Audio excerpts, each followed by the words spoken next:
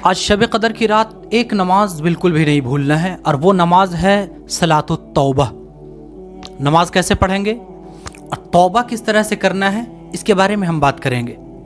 سب سے پہلے 2 رکعت کی آپ نیت کیجیے کہ اے اللہ میں 2 رکعت صلاۃ التوبہ کی نیت کرتی ہوں یا نیت کرتا ہوں۔ اس کے بعد پھر آپ ہاتھ باندھ لیں، ثنا پڑھیں، الحمدللہ پڑھیں، کوئی بھی سورت جو آپ کو یاد ہو وہ پڑھیے۔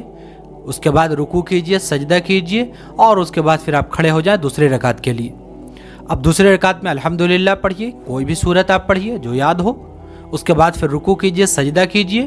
اس کے بعد پھر سجدے کے بعد التحیات، درود اور دعائے معصورہ پڑھ کر اپنے نماز کو مکمل کیجئے، سلام پھیر دیجئے۔ اب آپ کو کرنا یہ ہے کہ جو بھی گناہ آپ نے کی ہے، اب اللہ تبارک و تعالیٰ سے توبہ کرنے کا وقت آ گیا ہے۔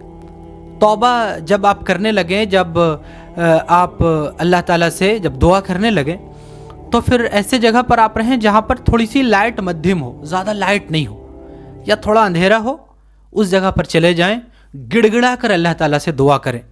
دعا کرنے کا یعنی توبہ کریں، اور توبہ کرنے کا ایک بہترین طریقہ یہ ہے کہ آپ نماز تو ختم ہو گئی، آپ سجدے میں چلے جائیں، یوں ہی یعنی ایک الگ سے یوں ہی سجدے میں چلے جائیں، اور سجدے میں جانے کے بعد اپنے دونوں ہاتھ کو یوں زمین پر رکھ لیں، اور زمین پر رکھنے کے بعد اپنے سر کو یعنی اپنے چہرے کو اس کے اوپر رکھ لیں، یا جس طریقے سے آپ سجدہ کرتے ہیں اس طریقے سے، دونوں طرح سے جیسا آپ کو مناسب ہو ویسا کر لیجئے، اور سسکیاں مار کر کے جتنا رونا ہے اپنے رب کے سامنے رو لیجئے۔ یقین مانیے اپنے رب کے سامنے آپ رو لیے نا، تو وہ رب آپ کو دنیا میں کسی کے سامنے رونے نہیں دے گا۔ سبحان اللہ۔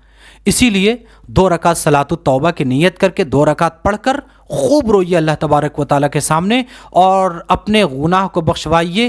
اور ایک آپ سے بڑی مؤدبانہ گزارش ہے، چاہے آپ جو بھی سن رہے ہوں، اس گنہگار کو ذرا یاد کر لیجئے گا کہ اللہ تعالیٰ اس گنہگار کو بھی اللہ تعالیٰ معاف فرما دے۔ اس نماز کو خود بھی پڑھیے، اس نماز کو دوسروں کو بھی بتلائیے، گھر والوں کو پڑھنے کے لیے، اور اس نماز کے بارے میں شیئر کیجیے۔